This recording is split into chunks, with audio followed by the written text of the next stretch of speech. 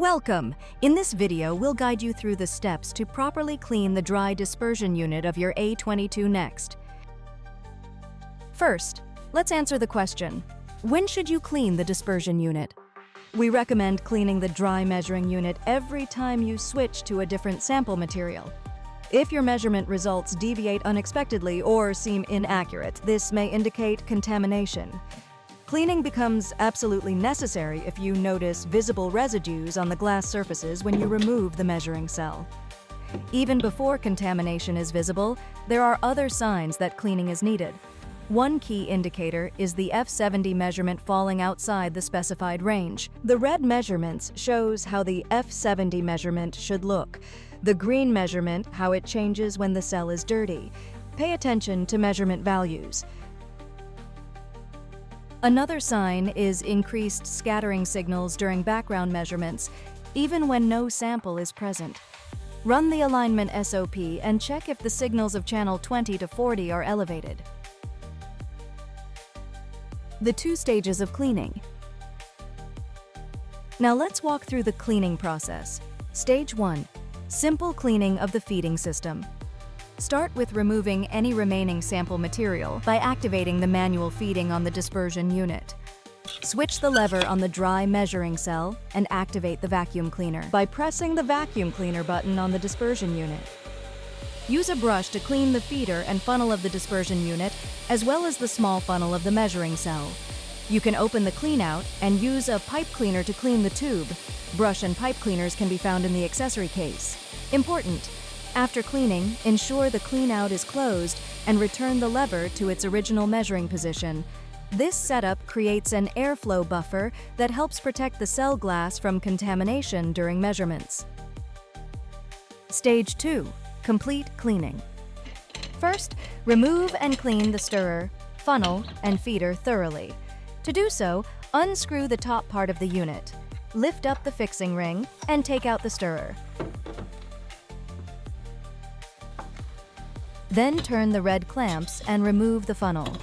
After that, press the button Release Feeder Chute on the unit to take out the feeder.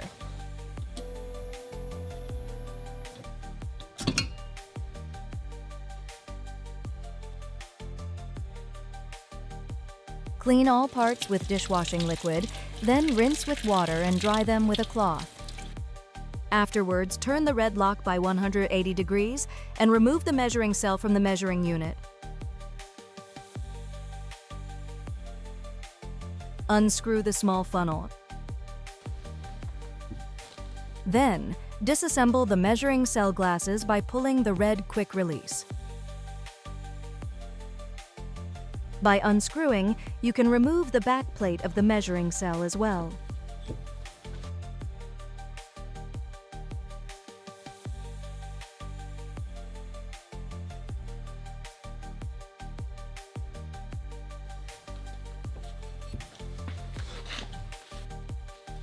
Clean all components thoroughly. Carefully blow off any debris and wipe all parts with a lint-free cloth.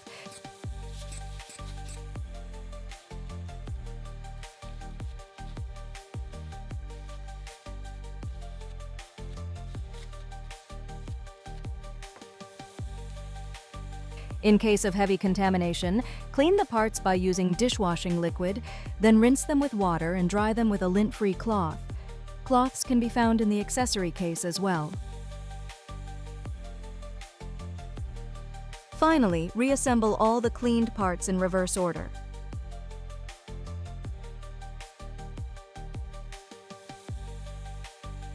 After cleaning, perform an alignment to ensure the measuring cell is completely clean.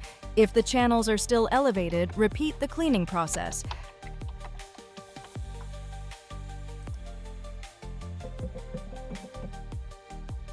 Finally, conduct another F70 measurement. As described in the SOP, use approximately 20 grams of sample.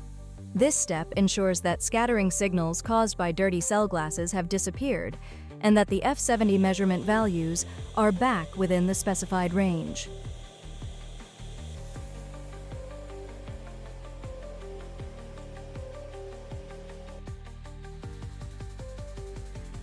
If cleaning does not resolve the issue, Please contact our application specialists or our technical service team. They will assess whether the cell glasses need replacement or if there is another technical issue. Did you know? Regular maintenance can help identify technical problems early and prevent potential damage to your device. For details about maintenance options, reach out to our technical service or your local dealer. Thank you for watching. We hope this guide helps you successfully clean your dry measuring unit and improve the quality of your measurements.